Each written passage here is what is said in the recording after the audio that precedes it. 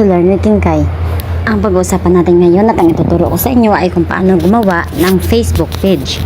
Well, pasok tayo sa loob ng ating Facebook.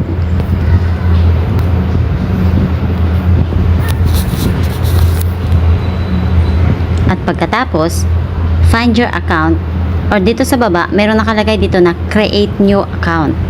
Tap natin yung create new account at pagkatapos, get started.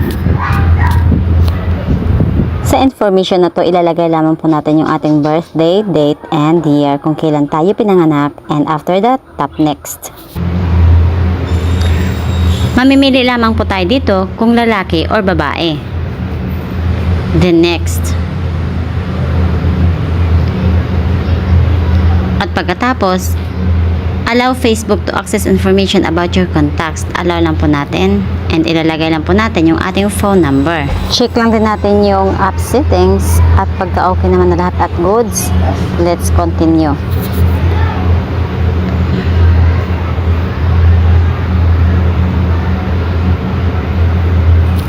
Well, after that, back lang tayo guys.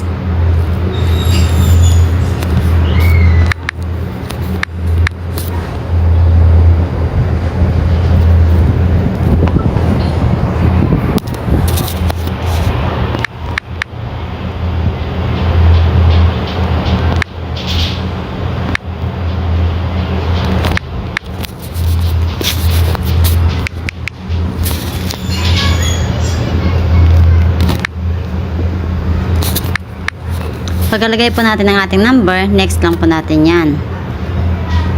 And mag-set po tayo ngayon ng ating password.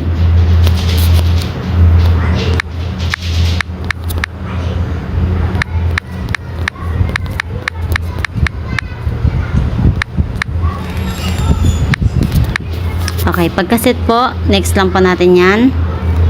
And save your login info. Save po natin yan. At pagkatapos po, meron ditong terms and conditions si Facebook.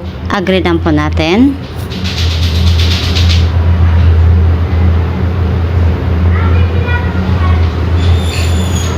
And sa part na to, maaari lang po tayo mamili kung saan nyo gustong isend ng Facebook ang configuration code. And well done! Maaari nyo nang iset up ang inyong Facebook page at pwede nyo nang lagyan ng inyong bio at lagyan nyo na rin ng full details. Para sa mga gustong matuto kung paano mag-set up ng Facebook page, just comment to our comment box below to create more tutorials. Bye!